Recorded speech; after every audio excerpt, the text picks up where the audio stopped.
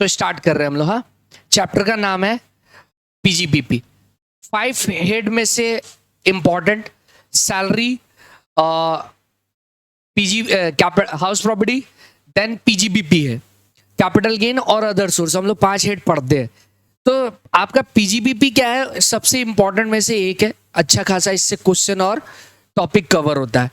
तो आज हम लोग बेसिकली क्या पढ़ने वाले हैं कि अगर कोई बंदा, जैसे मान लो मेरा एग्जांपल लो, हम प्रोफेशन, पीजीबीपी मींस प्रॉफिट और gain from business and profession, business and profession. तो कोई भी बंदा अगर कोई बिजनेस कर रहा है या प्रोफेशन कर रहा है, उससे जो भी उसको प्रॉफिट और गेन होगा वो किस हेड में दिखाएगा, पीजीबीपी हेड में दिखाएगा। तो क्या क्या कंडीशंस है, कितने सारे सेक्शंस है, हम लोग कवर करेंगे कि ये टॉपिक डन हो जाएगा। तो देखो इसमें कितना सारा हम लोग को सेक्शन पढ़ना है। ठीक है, एक पूरा चैप्टर का क्या है यहाँ पर दिया हुआ है, क्या क्या पढ़ना है हम लोग। ब्लॉक ऑफ एसेट्स मीनिंग है, डेफिनेशन दिया हुआ है। बिजनेस क्या होता है, प्रोफेशन क्या होता है, फिर आपका चार्जिंग सेक्शन है, फिर कंपटीशन बताया हुआ है, फिर तमाम सेक्शन है जो कि हम लोग एक एक करके पड़ाव वाइज पढ़ते जाएंगे। इतना सेक्शन कवर करेंगे हम लोग तो मोटा मोटी हमारा क्या हो जाएगा, पीजीबीपी एंड हो जाएगा। ठीक है, स्टार्ट किया जाए। कोई भी चैप्टर पढ़ने से पहले हम लोग सबसे पहला जो सेक्शन होता है वो होता है चार्जेबिलिटी का, बेसिस ऑफ चार्ज। मतलब इस हेड में वो टैक्स होगा कि नहीं, वो कैसे डिपेंड करेगा। जैसे अगर आप सैलरी पढ़े थे, कोई बंदा अगर, जैसे एग्जांपल के तौर पे हम स्कूल में टीचर है, सैलरी मिलता है, और यहाँ मेरा ये ट्यूशन सेंटर है, तो जब हम इनकम टैक्स रिटर्न लगाएंगे तो जो स्कूल से सैलरी मिल रहा है वो सैलरी हेड में दिखाएंगे, यस और नो। और जो ये ट्यूशन से कमा रहे हैं, ये जो सेटअप बैठा के जो हम कमा रहे हैं, वो पीजीबीपी हेड में दिखाएंगे। ठीक है ना। तो सैलरी हेड में दिखाने के लिए कंडीशन क्या था, सैलरी हेड में कंडीशन ये था कि आपको आपके कर्मचारी से मिले, सॉरी कर्मचारी बोल रहे हैं, मालिक से मिले, एम्प्लॉयर से। ठीक है, एम्प्लॉयर एंड एम्प्लॉय का रिलेशनशिप होना चाहिए, सैलरी में पढ़े थे। तो वही चीज हम लोग यहां पे अब पढ़ने वाले हैं कि पीजीबीपी में दिखाने के लिए क्या कंडीशन होना चाहिए। तो पहले होना चाहिए डेफिनेशन ऑफ बिजनेस और प्रोफेशन। मतलब अगर बिजनेस और प्रोफेशन से आप कमा रहे तो बिजनेस इंक्लूड ट्रेड, कॉमर्स। ठीक है, अब प्रोफेशन मतलब प्रोफेशन वोकेशन इंक्लूड करता है। जैसे एग्जांपल के तौर पे आप जो बीएसटी में डेफिनेशन पढ़ के रखे हैं कि प्रोफेशन में क्या होता है, आपको स्पेशल एक डिग्री चाहिए, स्किल चाहिए, यस और नो। यहाँ पर जो डेफिनेशन है बहुत वाइडर है। आपका सिंगिंग, डांसिंग, इन सब चीजों से भी अगर आप कुछ कमा रहे हैं तो वो प्रोफेशन के हेड में ही आएगा। समझ गए, क्लियर है। ये हम यहाँ डिफाइन नहीं किए, सेक्शन 213 और 236, ये बिजनेस और प्रोफेशन का डेफिनेशन दिया हुआ है, नॉट सो इंपॉर्टेंट, बस हम समझा दिए आपको। ठीक है क्या, अगर आपको देखने का मन है तो डेफिनेशन हम लोग देख लेते हैं क्या दिया हुआ है। देखिए ये रहा आपके सामने, आपके मैट में क्या दिया हुआ है। Business includes any trade, commerce और manufacture, any adventure in nature of trade, commerce और मैन्युफैक्चर। ठीक है, ये कुछ बातें बताई हुई हैं। Nature of commodity, intention of party. Intention बहुत जरूरी है, वो जो आप ये ट्रांजेक्शन कर रहे हैं उसमें इंटेंशन क्या है। अगर इंटेंशन प्रॉफिट मोटिव है तो बिजनेस एक्टिविटी है, अगर नहीं है, the motive of activity is pleasure only, it's not be treated as business activity. समझ रहे हैं क्या, मतलब आप ये जो बिजनेस एक्टिविटी कब मानेंगे, जब आपका उद्देश्य सोनली क्या हो, प्रॉफिट मेकिंग हो, यस और नो। ठीक है ना, कोई भी एडवेंचर आप कर रहे हैं प्रॉफिट मेकिंग का आपका है तो फिर वो क्या है, बिजनेस है। ठीक है, यानी इंपॉर्टेंट क्या समझे आप, प्रॉफिट मोटिव, यस और नो। समझ गए क्या। अब देखो प्रोफेशन में क्या लिखा हुआ है, इंक्लूड वोकेशन। यहां पे देखो profession required purely intellectual skill और manual skill on the basis of some special learning and qualification gathering through past training और experience. Chartered accountant, doctor, lawyer. इसके अलावा आपका वोकेशन में देखिए क्या दिया हुआ है, डांसिंग, सिंगिंग, ये सब ये भी प्रोफेशन का ही पार्ट होगा। समझ गए क्या, कोई गायक है गाना गा गा के अरिजीत, तो वो पीजीबीपी हेड में दिखाएंगे। क्लियर है, यस और नो। तो प्रोफेशन और वोकेशन इंक्लूडेड है उसमें, हाँ या ना। तो ये 2 सेक्शन जो था हम लोग कवर कर लिए हैं। ठीक है क्या, अब आते हैं सेक्शन 28 जो कि होता है बेसिस ऑफ चार्जेबिलिटी। कौन कौन सा इनकम पीजीबीपी हेड में जाएगा, क्या क्या चीजें होने से वो पीजीबीपी हेड में दिखाएंगे। समझ गए क्या? स्टार्ट किया जाए। अब आत्मा, चैप्टर का आत्मा पढ़ने जा रहे हैं हम लोग, ठीक है। बेसिस ऑफ चार्ज जो कि है सेक्शन कितना 28, इसमें ये बताया हुआ है कौन सा इनकम आपका बिजनेस और प्रोफेशन से होने पे इस हेड में दिखाएंगे, ठीक है। तो एक एक करके पढ़ते हैं। The following income shall be chargeable to income tax under the head PGBP. कुछ फॉलोइंग लिस्ट ऑफ इनकम है जो कि हम लोग देखेंगे यहां पर, वो सब किस हेड में जाएगा? पीजीबीपी हेड में जाएगा। पहला नाम पढ़ते हैं, प्रॉफिट और गेन ऑफ एनी बिजनेस और प्रोफेशन और वोकेशन, प्रोफेशन में इंक्लूडेड है तो नहीं भी लिखेंगे तो चलेगा, which was carried on by SSC at any time during the previous year. कोई भी आप बिजनेस, कोई भी प्रॉफिट और गेन आपको हुआ है, यहां पर प्रॉफिट और गेन मतलब निगेटिव इनकम भी होता है, लॉस भी आप कंसिडर करेंगे निगेटिव इनकम को भी, ठीक है। निगेटिव इनकम सेट ऑफ हो पाता है, ठीक है।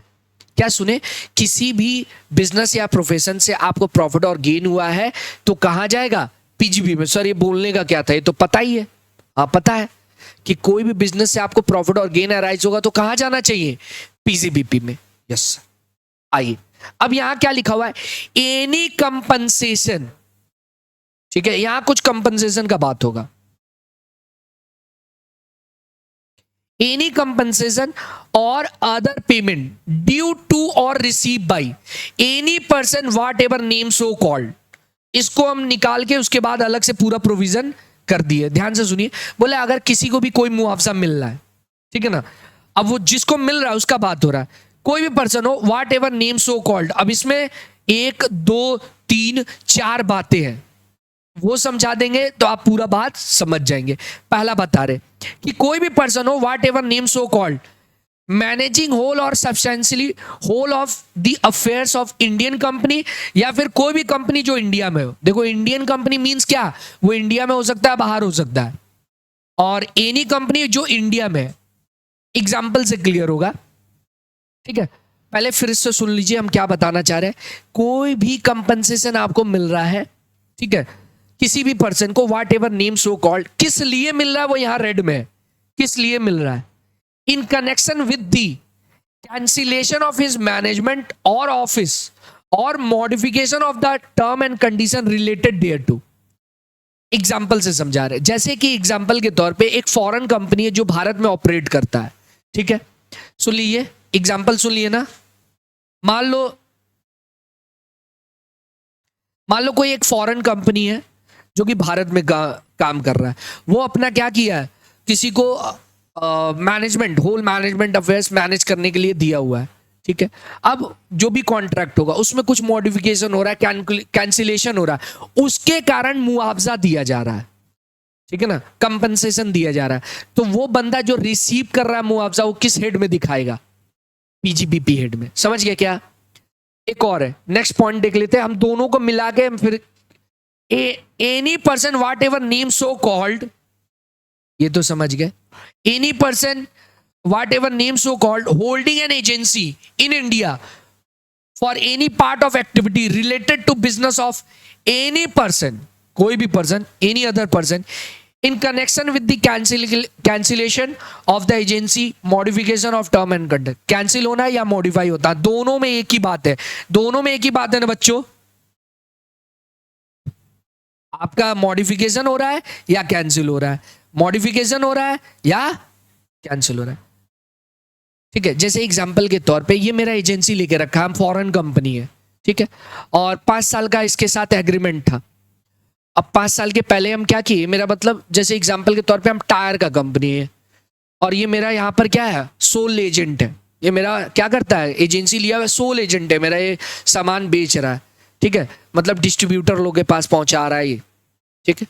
अब क्या हुआ, हम इसके साथ जो कॉन्ट्रैक्ट करके रखे उसको टर्मिनेट कर रहे हैं, मॉडिफाई कर रहे हैं, कैंसिल कर रहे हैं, तो इसको जो मुआवजा मिलेगा वो किस हेड में आप दिखाएंगे? पीजीबीपी हेड में। समझ गए क्या? यहाँ पर भी वही था। यहाँ पर क्या है, एमडी मैनेजिंग वाला बात हो रहा है, मैनेजिंग डायरेक्टर है किसी कंपनी का। आप दो केस लिख सकते हैं, कोई इंडियन कंपनी का या फॉरेन कंपनी का जो भारत में ऑपरेट कर रहा है, और उस बंदे का क्या हो रहा है, कैंसिलेशन हो रहा है या टर्म एंड कंडीशन में मॉडिफिकेशन हो रहा है, उसके कारण मुआवजा दिया जा रहा है। 10 साल का था 5 साल कर दिया जा रहा है, कम कर दिया जा रहा है, या कुछ भी फेरबदल हो रहा है, उसके चलते मुआवजा दिया जा रहा है। तो मुआवजा कहां टैक्स होगा? पीजीबीपी हेड में वो दिखाएगा। Yes sir no?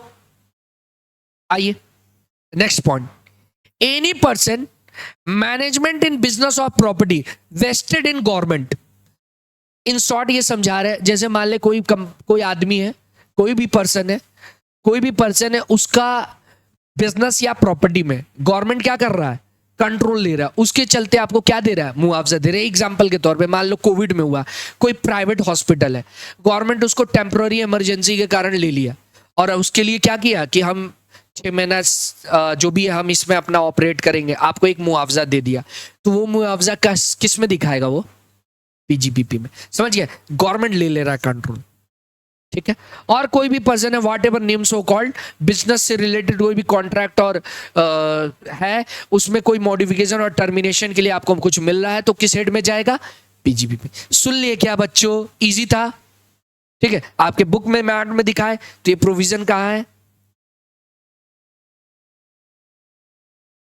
ये रहा, ये बनाया हुआ है, इसका बात हो रहा है। एनी कंपनसेशन और payment, other payment due to और रिसीव, ये पार्ट वाइज लिखा हुआ था, उसी को हम क्या किए, सजा के आपको समझाएं, आप एक बार में समझ गए।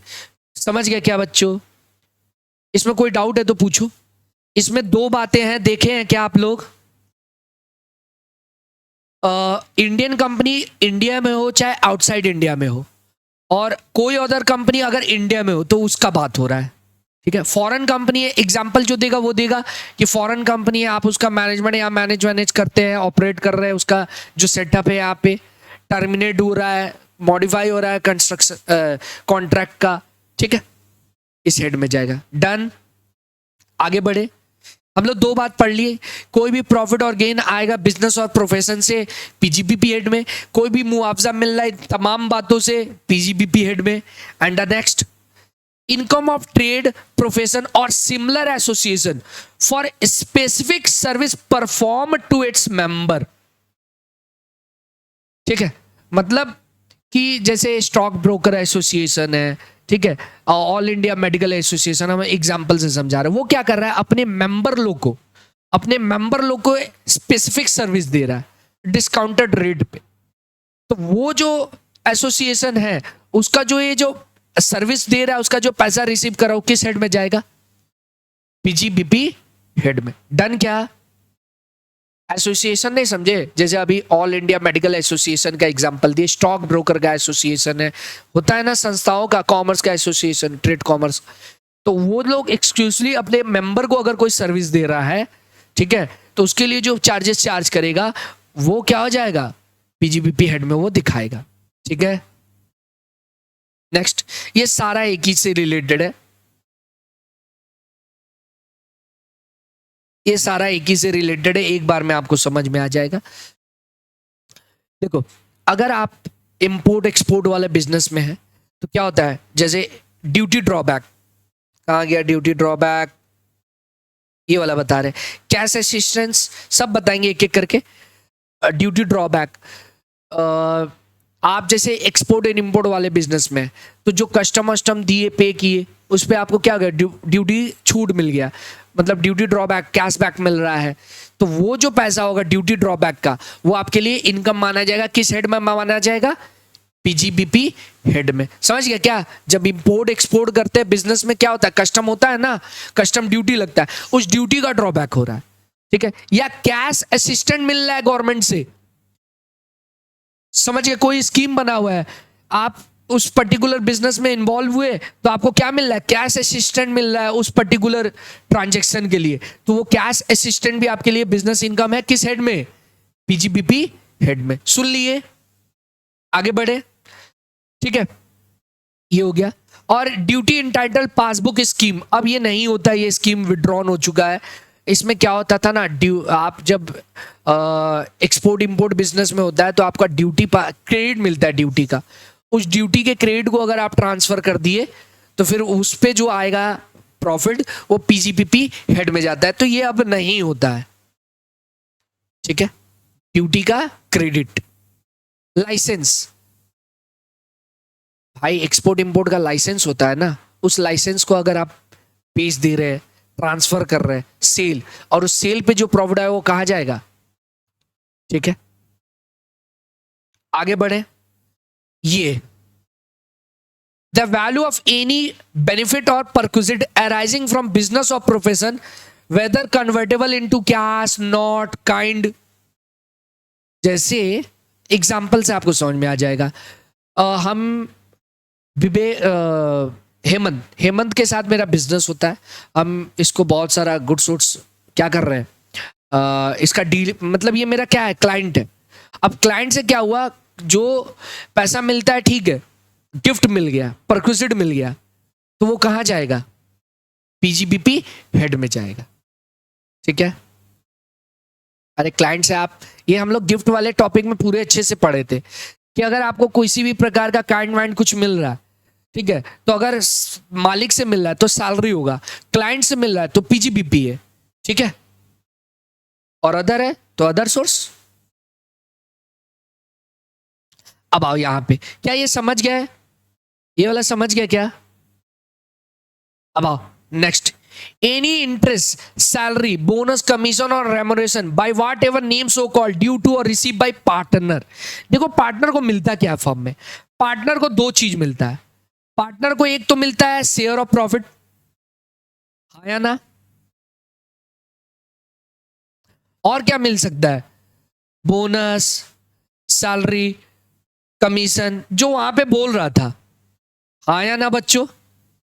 तो देखो शेयर ऑफ प्रॉफिट जो होता है वो फर्म के हाथ में टैक्स होता है, तो इन हैंड्स ऑफ पार्टनर वो एग्जेम्प्ट होता है, ठीक है ना, क्योंकि ये एग्जेम्प्ट होता है in hands of partner, exempt है इन हैंड्स ऑफ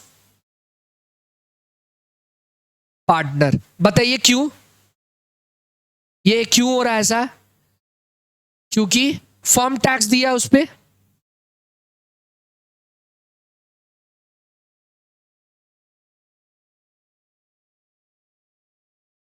हाँ या ना बच्चों। अब ये क्या होता है, सैलरी, बोनस, कमीशन, ये बिजनेस में जब आप फर्म असेसमेंट पढ़ेंगे सेक्शन 40 उसके अंदर कवर है कि कितना अलाउडेबल है। तो जितना अलाउड है तो फर्म के हाथ में एक्सपेंस हुआ, तो आपके हाथ में इनकम होगा, और किस हेड में होगा, समझे क्या बताना चाह रहे हैं। एक पार्टनरशिप फर्म में पार्टनर को क्या क्या नाम से पैसा मिलता है, शेयर ऑफ प्रॉफिट बोल के मिलेगा, सैलरी, कमीशन, बोनस, ये सब बोल के मिलेगा। तो शेयर ऑफ प्रॉफिट जो मिलता है, यानी हम प्रदीप सर पार्टनर है सक्सेस फाइंडर इंस्टीट्यूट के, तो जब फर्म का रिटर्न लगता है शेयर ऑफ प्रॉफिट, तो फर्म तो ऑलरेडी टैक्स भर चुका है ना शेयर ऑफ प्रॉफिट में, हाँ या ना। तो वो जो प्रॉफिट मेरे को मिल रहा है वो एग्जेम्प्ट है, एक ही पे दो बार टैक्स थोड़ी लगेगा, समझ में आया क्या, फर्म टैक्स भेज चुका। लेकिन जो सैलरी, कमीशन, बोनस है वो फर्म अपने में क्या दिखाया है, खर्चा जैसे दिखाया होगा, उसको माइनस करने के बाद जो बचा होगा वो प्रॉफिट में बांटा होगा। तो उसके हाथ में अगर ये एक्सपेंस है, कुछ परमिसिबल लिमिट है, आगे फर्म असेसमेंट में हम लोग पढ़ेंगे क्या है लिमिट, ठीक है। अगर लिमिट के अंदर है, लिमिट के अंदर है तब तो अलाउड होगा, और जो लिमिट के अंदर नहीं है, जो जितना पार्ट नहीं है वो डिस अलाउड हुआ, तो डिस अलाउड हुआ तो यानी फर्म ही टैक्स दे दिया। फिर से समझिए हम क्या बोल रहे हैं, अगर प्रिस्क्राइब लिमिट के अंदर है, लिमिट है और लिमिट एक्सीड कर रहा है, तो क्या हो जाएगा, डिस अलाउड होगा, डिस अलाउड होगा, हाँ या ना, इन हैंड्स ऑफ फर्म।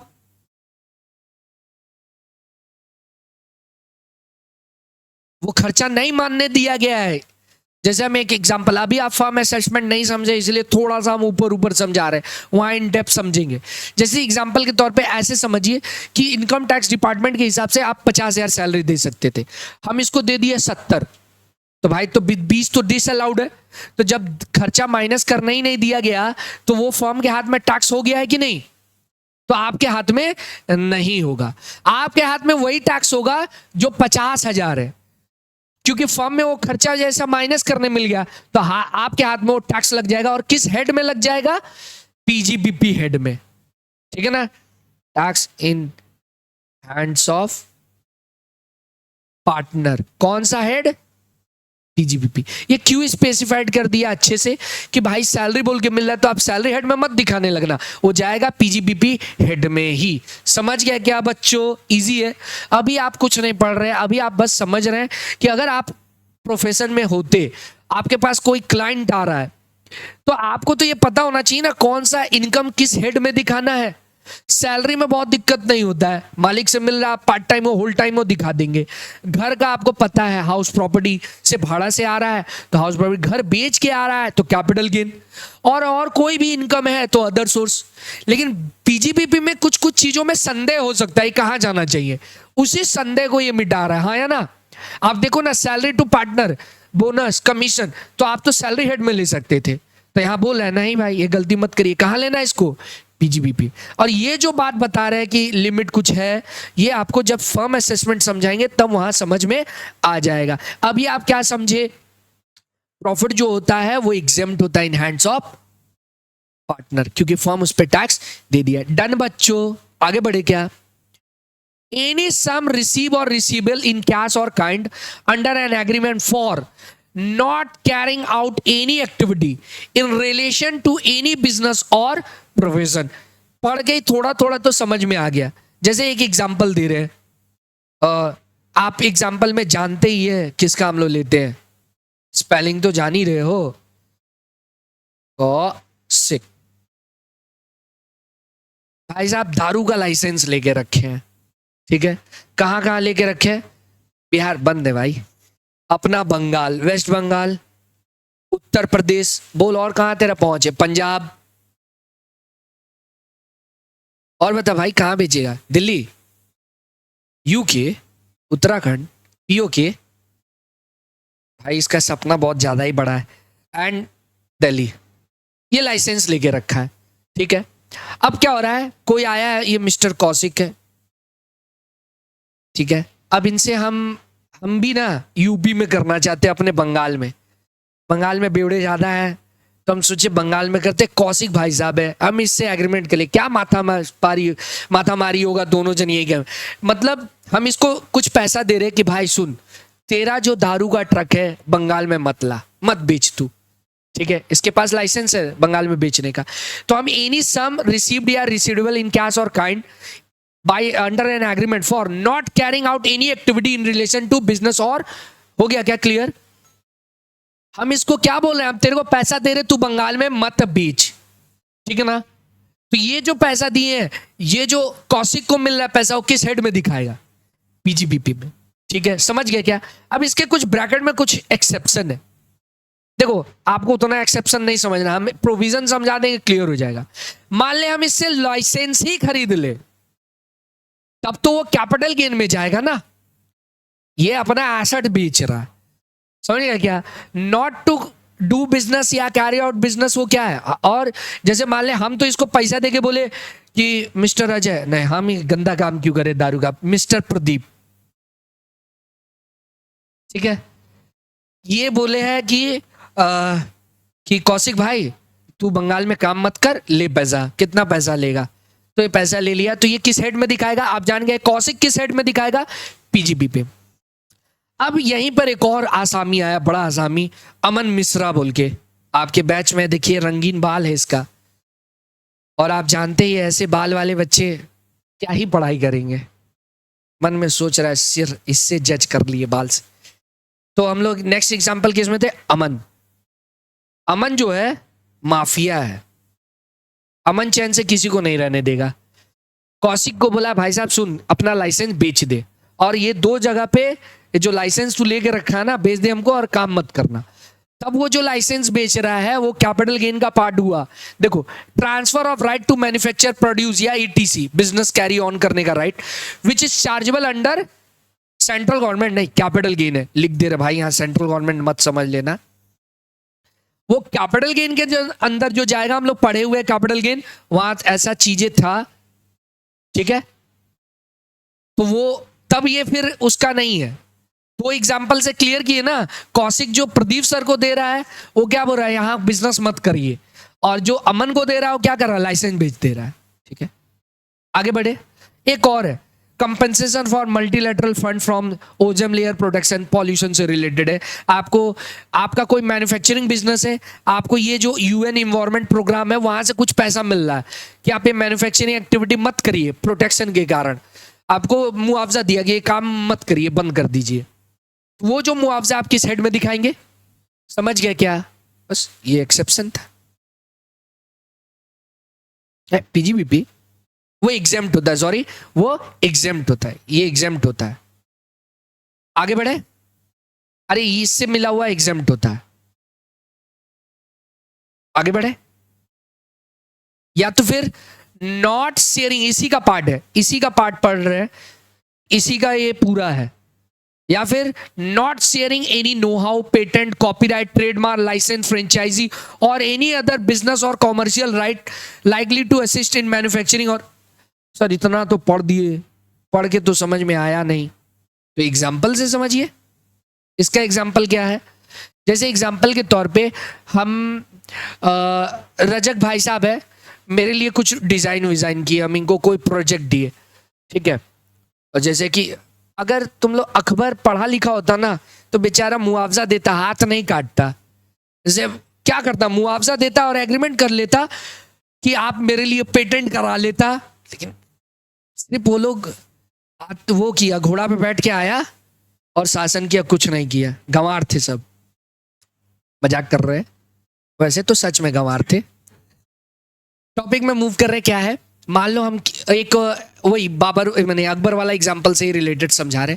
हम किसी को प्रोजेक्ट दिए, मेरा होटल बना दे भाई, और एकदम सुंदर सा आर्किटेक्ट वर्क किया और डिजाइन बनाया, फिर हम वो क्या बोले कि आप ये पैसा लीजिए, ऐसा कारीगरी फिर मत करिएगा, क्या बना दिए, हाथ कटवा दिया जाएगा।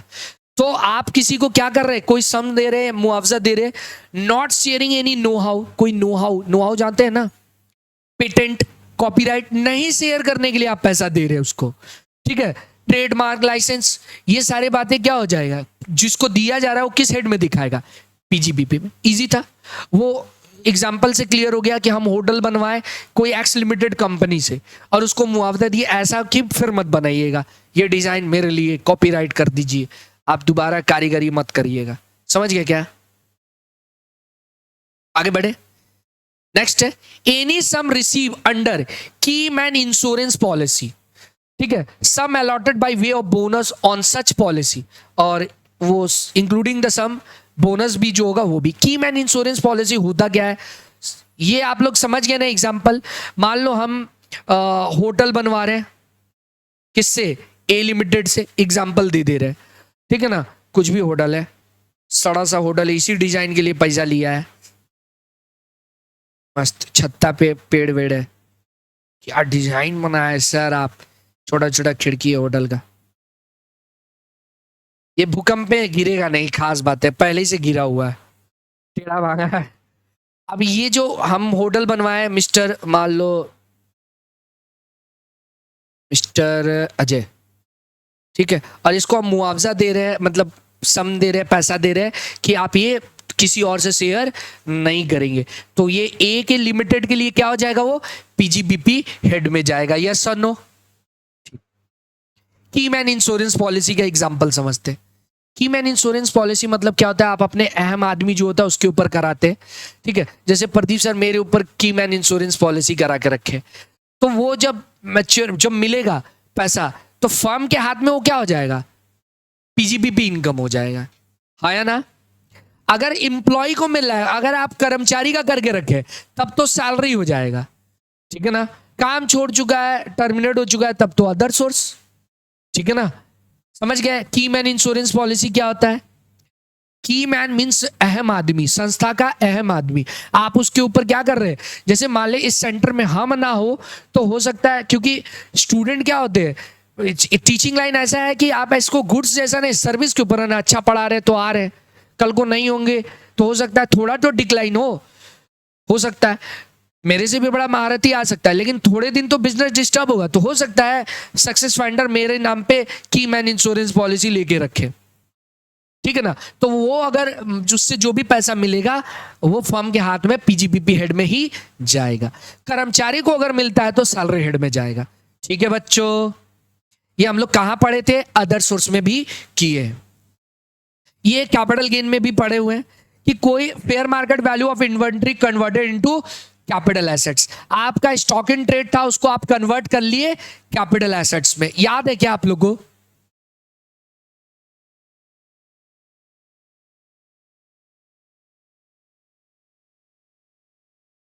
आओ एक बार दिखा दे।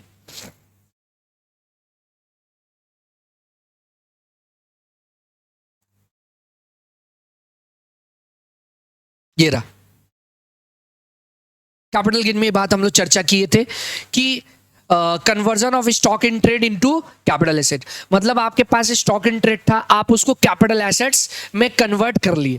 ठीक है, ज्वेलरी था, आप उसको घर लेके चले गए, कैपिटल एसेट हो गया। जब तक आप बेच रहे थे वो स्टॉक इन ट्रेड था, घर ले गए तो एसेट्स हो गया ना, हाँ या ना? तो देखो क्या हो रहा है, पीजीबीपी हेड में टैक्स हो जाएगा। ये हम लोग कहां पढ़े थे, इस चैप्टर में, कैपिटल गेन में। ठीक है, इंटर रिलेट हो गया क्या प्रोविजन। इसीलिए बहुत सारा चैप्टर क्या होता है, हम लोग जब थोड़ा टैक्स धीरे धीरे समझ में आने लगता है, जब सारे हेड होने लग जाए। समझ में आ रहा है? उस समय क्या बोले थे कि जब आप कन्वर्ट कर रहे होंगे, बेचे तो नहीं है।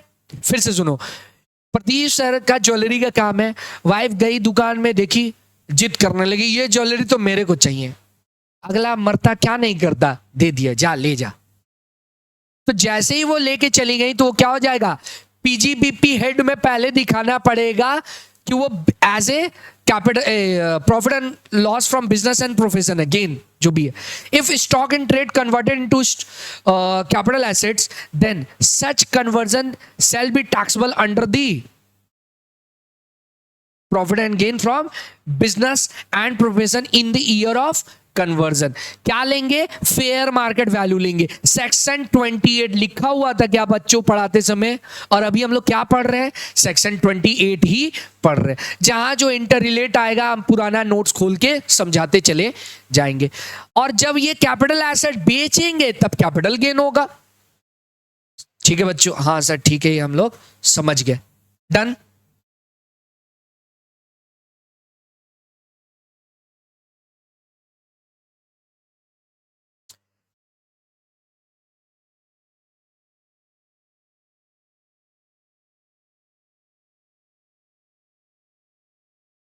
सारा समझाते चले गए हैं।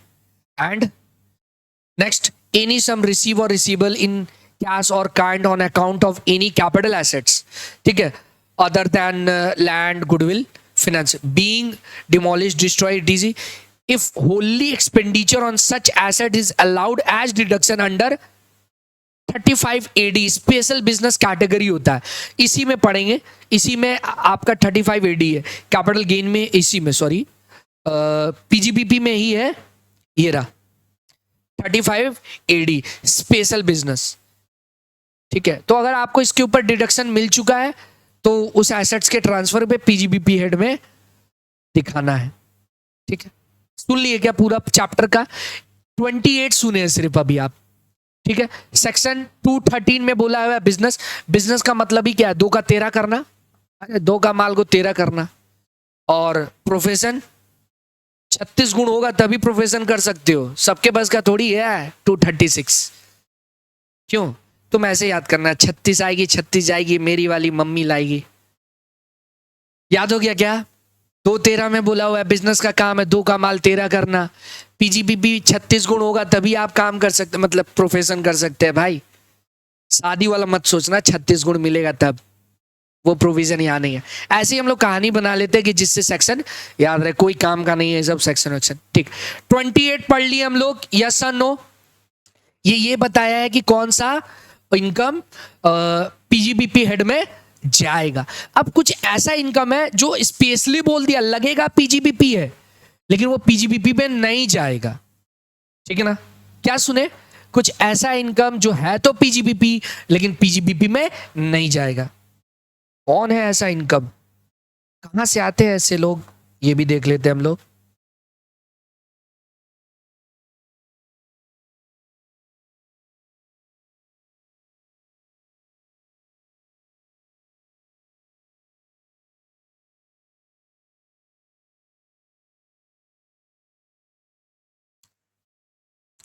देखो यहां पर नेगेटिव इनकम भी इंक्लूड होगा।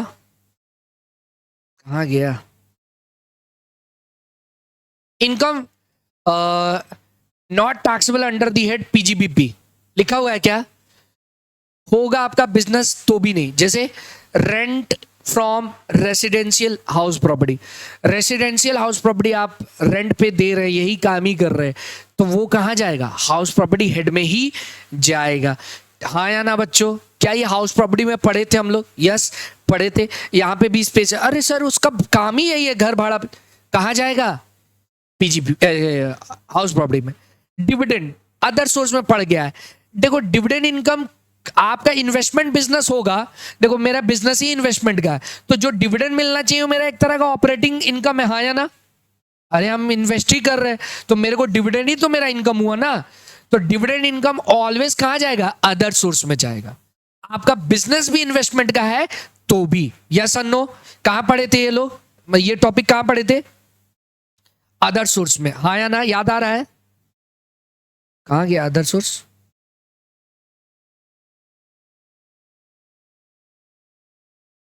देखिए directly charge under other source dividend. Dividend आपका आपका इन्वेस्टमेंट बिजनेस भी है तो भी वो अदर सोर्स में ही जाएगा। क्या ये अभी बात क्लियर हो गया इस प्रोविजन से? हाँ।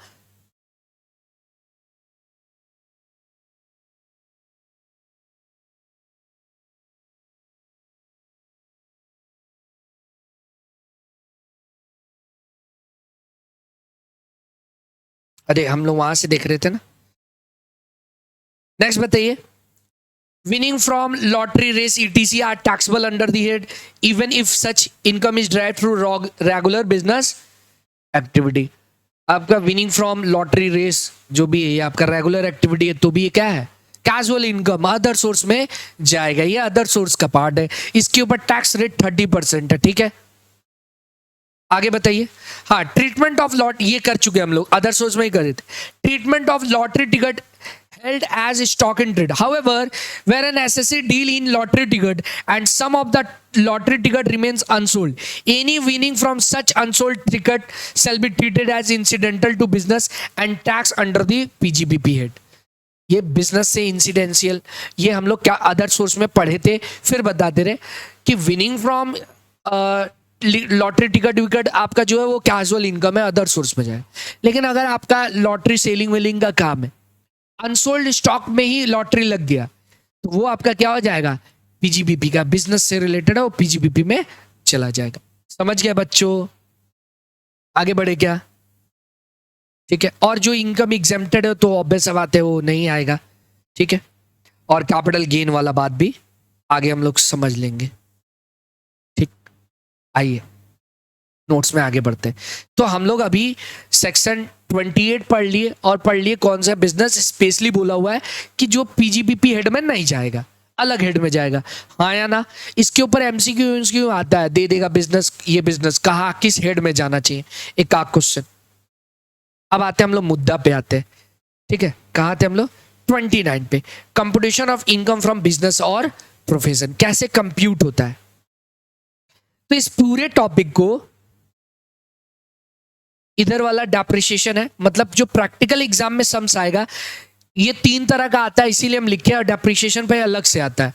तो आज हम लोग को डेप्रिसिएशन पढ़ना है।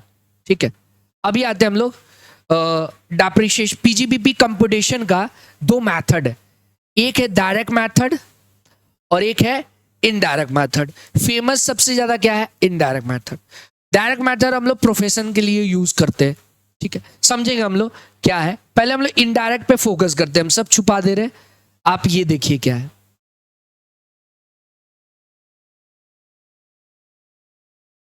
क्या सीख रहे हैं हम लोग? Computation of income from income under PGBP assessment year जो भी चल रहा है 25-26। ठीक है, आपको देखो क्या होगा, ये जो चैप्टर पढ़ रहे हैं वो पहले थीम समझो क्या होगा।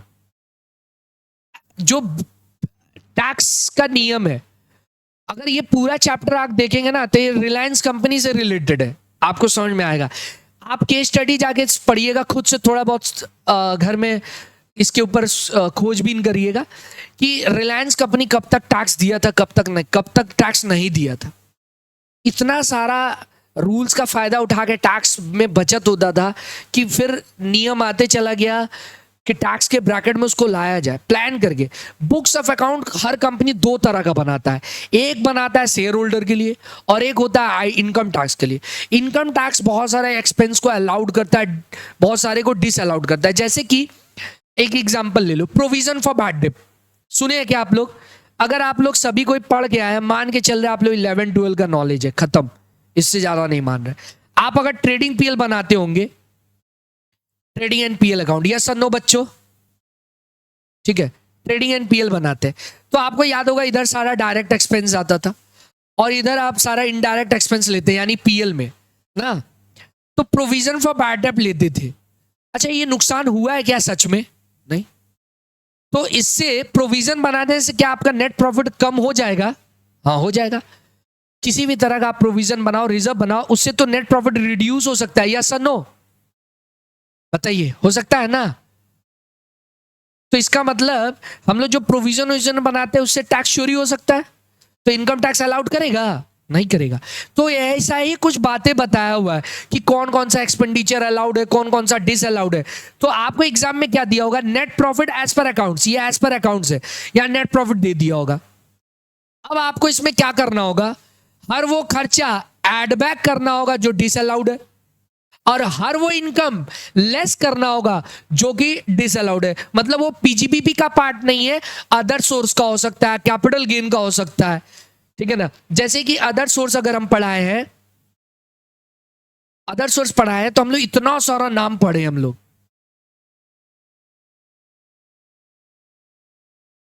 ठीक है। थोड़ा सा रुक जाइए, अटक गया है। इतना सारा नाम पढ़े कि आपको इन चीजों से मिलेगा तो अदर सोर्स में चला जाएगा, हाँ या ना। जैसे एग्जांपल के तौर पे किसी बंदा को एग्रीकल्चरल इनकम हो रहा है आउटसाइड इंडिया से। अमन की जो वाइफ है बांग्लादेश की है, हम लुक से जज किए, दाढ़ी रखा था ना, तो मान लो बांग्लादेश से, और ससुर इसको कुछ कट्ठा जमीन दे के रखा है, ठीक है। तो वहां पे भी एग्रीकल्चरल इनकम कमा रहा है। Agricultural income from India exempt है, लेकिन आउटसाइड इंडिया होगा तो टैक्सेबल होगा। अब इसके ट्रेडिंग पीएल में जो बता रहे वहां पे एग्रीकल्चरल इनकम लिख के रखा है, तो वो पीजीबीपी का पार्ट है क्या? नहीं, अदर सोर्स का है। तो हम क्या समझाना चाह रहे हैं? अकाउंट जब बनता है, बुक्स ऑफ अकाउंट जब आप बनाते हैं, तब आप तो क्या किए होंगे? आप तो यहां इंटरेस्ट भी लिए होंगे। क्यों? ये इंश्योरेंस का भी काम करता है, समझ गए? बहुत मल्टीपल काम करता है और उससे कमीशन मिल रहा है, तो इंश्योरेंस कमीशन कहां जाना चाहिए? अदर सोर्स में। तो आप तो इनकम टैक्स जब अपना नेट प्रॉफिट निकाले तो हर इनकम, इनडायरेक्ट इनकम को क्या कर लिए हैं? जो नॉन ऑपरेटिंग इनकम है पीएल में लिए। इससे तो प्रॉफिट बढ़ गया है ना बच्चों, तो ये लेस करना होगा। आसान शब्दों में हम क्या सिखाए? हमें ये सिखाए कि आपका net profit as per accounts दिया होगा, हाँ या ना। उसी को लेके आप चालू करेंगे। जो चीज डिसअलाउड है, जो एक्सपेंडिचर डिसअलाउड है, उसको ऐड बैक कर देंगे, और जो इनकम पीजीबीपी का पार्ट नहीं है या डिसअलाउड है उसको लेस कर देंगे, हाँ या ना। तो आंसर आ जाएगा। समझ गए क्या? एक एग्जांपल लेंगे तब क्लियर होगा, ठीक है। तो जनरल नोट्स है। अभी आप क्या सुने? हम लोग ये सुने कि कुछ एक्सपेंडिचर डिसअलाउड है तो ऐड बैक हो जाएगा, हाँ या ना। जो भी आपका नेट प्रॉफिट है, एग्जांपल के तौर पे 1 लाख नेट प्रॉफिट है, तो इस 1 लाख नेट प्रॉफिट में जैसे प्रोविजन फॉर बैड डेट था 5,000 का, तो ऐड बैक हो जाएगा। इंटरेस्ट बैंक से मिला था, ठीक है, तो अदर सोर्स में जाना चाहिए, मान लो 3,000 रुपया, तो लेस हो जाएगा, यस और नो बच्चों। तो ऐसे करके बनता है सम्स। तो क्या चीजें ऐड होगी, क्या चीजें लेस होगी, ये जनरल नोट्स और सो ऑन हम लोग पढ़ते जाएंगे और ऐड ऑन होते चला जाएगा, तब ये चैप्टर पूरा हमारे सामने आ जाएगा। अभी कुछ ऐसे ही जनरल नोट्स है, वो सुन लेते तो आगे बढ़ जाएंगे हम लोग, ठीक है। 1 मिनट देखो, पॉज कर रहे हैं। जनरल नोट्स, क्या चीजें ऐड करेंगे, क्या चीजें लेस करेंगे, सुन लिए क्या? अभी एक एग्जाम्पल लेंगे तभी कवर होगा।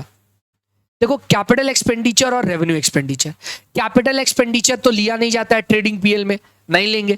रेवेन्यू एक्सपेंडिचर अलाउड है, वही बात लिखा हुआ है, capital expenditure are not allowed, ठीक है, लेकिन रेवेन्यू एक्सपेंडिचर अलाउड होगा। Expenditure for non assessable income, जिस इनकम का टैक्स ही नहीं लगने वाला है उसका एक्सपेंडिचर भी नहीं लेंगे। जैसे एग्रीकल्चर इनकम का आप टैक्स लेंगे, एक्सपेंस लेंगे क्या? अगर एग्रीकल्चरल इनकम है इंडिया में तो एग्जेम्प्ट होता है, तो उसका एक्सपेंस भी लेंगे क्या? नहीं लेंगे। Any expenditure of a non assessable income business is not allowed as deduction. For instance, जैसे expenditure for earning agriculture income is not allowed as deduction for, समझ गए? मतलब कि भाई साहब का और भी बिजनेस है, मान लो भारत में भी खेती कर रहा है, नॉर्मल इधर बिजनेस भी है, तो जो खेती बिजनेस का खर्चा है वो माइनस करने नहीं मिलेगा इस बिजनेस में, क्योंकि वो तो इनकम भी एग्जेम्प्ट है, समझ गए? तो उसका एक्सपेंस भी नहीं मिलेगा। डन, आगे बढ़े। Yes sir, income must be related to business of the SSC, business से रिलेटेड होना चाहिए। हाँ, ये तो कोई सभी कोई जानता है। Expenditure must have been incurred by the SSC for its business, ठीक है। In case where the SSC incurred expenditure for own business, the mere fact that the benefit of expenditure enjoyed by some other person cannot deny the, मतलब थोड़ा बहुत benefit कोई और, तो इस fact के ऊपर आप ये नहीं कर सकते कि डिनाई नहीं कर सकते कि नहीं अलाउड होगा, ठीक है। एग्जाम्पल से समझ लेंगे आगे। ये रहा नेक्स्ट, एंटिसिपेटेड लॉस और एक्सपेंडिचर। ये क्या हो गया?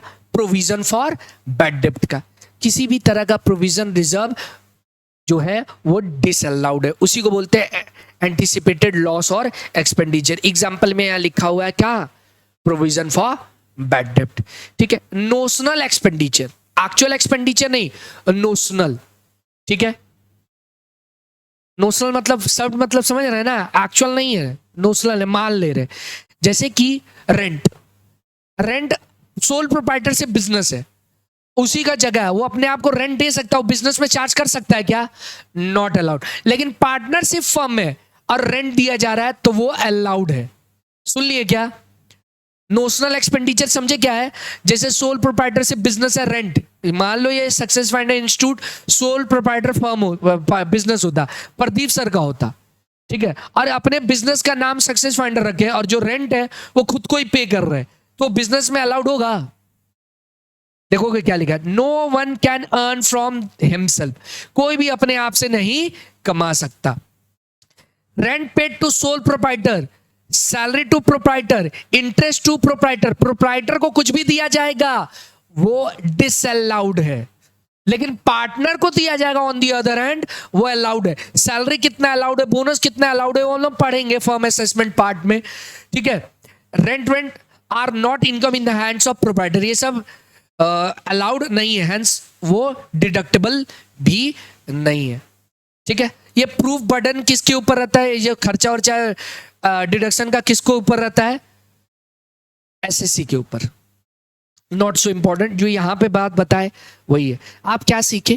कैपिटल एक्सपेंडिचर डिसअलाउड है, हाँ या ना? फिर आप क्या सीखे कि बिजनेस से रिलेटेड खर्चा होना चाहिए। फिर कोई ऐसे बिजनेस का इनकम है जो टैक्स नहीं लग रहा है तो यहाँ पे भी माइनस करने नहीं मिलेगा, हाँ या ना? फिर नोशनल इनकम वाला इंपॉर्टेंट है, वो पढ़ लिया आप। सोल प्रोप्राइटर में कोई भी चीज सोल प्रोप्राइटर ओनर को मिल रहा है तो वो डिसअलाउड है, हाँ या ना? ठीक, अब आते आगे। हम लोग देखो कहां तक थे?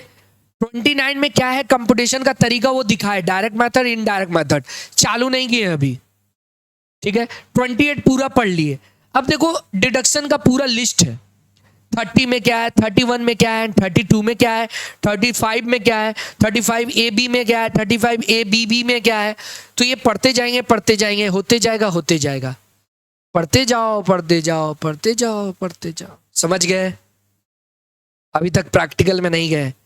अब हम लोग मूव कर रहे हैं सेक्शन 30 से लेके 37 पढ़ेंगे, ठीक है। सबसे पहले 30 कि रेंट, रिपेयर, टैक्स और इंश्योरेंस ऑफ बिल्डिंग। तो दो पार्ट है, बहुत ही इजी है, आपको उतना तामझाम डीप में नहीं पढ़ना है, जो बुक में दिया हुआ है आपके अभी समझा देंगे, यही खत्म हो जाएगा। इतना तामझाम नहीं पढ़ना है। रेवेन्यू कैपिटल एक बार रीड करेंगे आप, देख लीजिएगा समझ में आ जाएगा। देख लो क्या लिखा हुआ है, देख के बताओ क्या लिखा हुआ है। अगर बिजनेस के लिए यूज है तो अलाउड है, अगर बिजनेस के लिए यूज नहीं है तो अलाउड नहीं है। हाँ या ना बच्चों, सीख गए क्या? आगे बढ़े। Next, repair. देखो रेंट नहीं है, रिपेयर है। रेंट नहीं है, रिपेयर है। Repair and insurance of plant and machinery और फर्नीचर। देखो कैपिटल एक्सपेंडिचर होगा वो, तो फिर कैपिटल एक्सपेंडिचर कब मानेंगे रिपेयर को? अरे जिस एक्सपेंडिचर से आपका कैपेसिटी इंक्रीज हो जाता होगा। छोट-मोट रिपेयर हो रहा है तो वो तो रेवेन्यू नेचर का है, ठीक है ना। जैसे एक एग्जांपल दे रहे, मेरे पास कार है और कार में हम रिपेयर कराए और उसका माइलेज बढ़ गया, जैसे सीएनजी का कन्वर्ट करवा लिए, तो वो कैपिटल एक्सपेंडिचर है, यस और नो? समझ रहे हैं? तो कैपिटल एक्सपेंडिचर तो आप पढ़ लिए, वो अलाउड नहीं है, रेवेन्यू ही अलाउड है। तो यहाँ रेवेन्यू का ही बात हो रहा है, हाँ या ना? ठीक है। तो देखो इसमें भी वही लिखा हुआ है, अगर बिजनेस से यूज हो रहा है, रिलेटेड है तो अलाउड है, बिजनेस से नहीं है तो अलाउड नहीं है। सर अगर आधा आधा हो रहा हो तो? ये दोनों के लिए है, ये दोनों के लिए, 30 के लिए एंड 31 के लिए। सर ऐसा हो रहा हो कि आधा आधा हो रहा हो, मतलब कुछ प्रोपोर्शन बिजनेस के लिए, कुछ अदर पर्पस के लिए, तब क्या करेंगे? तब एक फेयर प्रोपोर्शन क्या करेंगे? चार्ज करेंगे। वो एग्जाम में आपको बोल देगा, कोई भी एसेट्स होगा तो बोल देगा कि इतना पर्सनल के लिए, इतना बिजनेस के लिए, तो आप डिवाइड कर लीजिएगा। समझ गए क्या? और ये बात किसमें बोला हुआ है? if not exclusively used for business or profession, that is partly used for business profession or partly other purpose, तो then fair proportionate amount shall be charged। Easy था, वो बोल देगा एग्जाम में। डन बच्चों। नेक्स्ट एक और नोट है, आप देख लीजिए क्या लिखा हुआ है। कोई भी cess tax rates foreign government लगा रहा है, आपका प्रॉपर्टी उधर होगा तो वो अलाउड होता है, हाँ या ना? अब आइए आपके बुक के मैथ्स में नोट्स में देख लेते हैं क्या है। सेक्शन 30 देखो क्या लिखा हुआ है। Use of building, notional rent, rent to proprietor is disallowed but rent by the firm to partner ये अलाउड है। क्या ये बोल दिए हम लोग? ऊपर नोशनल वाले नोट्स में है और रेंट वाला पार्टनर को नहीं लिखा हुआ था, आप नोट कर लीजिएगा। रेंट टू सोल प्रोप्राइटर है, डिसअलाउड है। रेंट टू पार्टनर है, अलाउड है, ठीक है ना।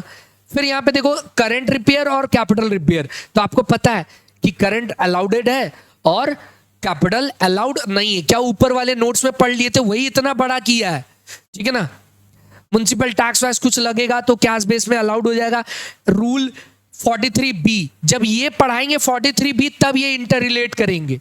Municipal tax, land revenue, municipal tax ये सब कुछ भी दे रहे हैं बिल्डिंग के ऊपर, तो रूल 43B के साथ पढ़ना है, बताएंगे कुछ है तो जब वहां पहुंचेंगे तो इंटर रिलेट करा देंगे, ठीक है। 31 सेम वही बात है, ठीक है बच्चों। देखो यहां रिपेयर था और रेंट होगा तो अगर आप रेंट पे मशीनरी प्लांट लिए, बिल्डिंग का रेंट का तो बात हो गया, लेकिन क्या यहां रेंट लिखा हुआ है? तो उसका सेक्शन क्या है? इनकम टैक्स में अधिकतर आप देखिएगा जिसका कोई सेक्शन नहीं है उसका 37 है पीजीबीपी में। तो रेंट का खर्चा अगर प्लांट मशीनरी और फर्नीचर का है तो 37 में बताया हुआ है कि वो अलाउड होगा अंडर सेक्शन 37। सेक्शन का बात उतना याद करने का दरकार नहीं है, क्या अलाउड है क्या नहीं है। बहुत अच्छे से तैयारी है, जैसे बहुत अच्छे से तैयारी करना है तब तो सेक्शन वैक्शन लिख के लिखते कि किस सेक्शन में अलाउड है किस में नहीं, ठीक है ना। तो आप यहां सीख गए कि यहां पर आप क्या सीखे? Repair insurance of plant and machinery furniture 31 में है, लेकिन रेंट अगर उसका हुआ तो 37 में है। वो हम यहां बोले नहीं है, आप उसको नोट डाउन कर लीजिएगा। अब हम लोग थोड़ा छोटा सा ब्रेक लेंगे, फिर डेप्रिसिएशन पे मूव ऑन करेंगे, ठीक है।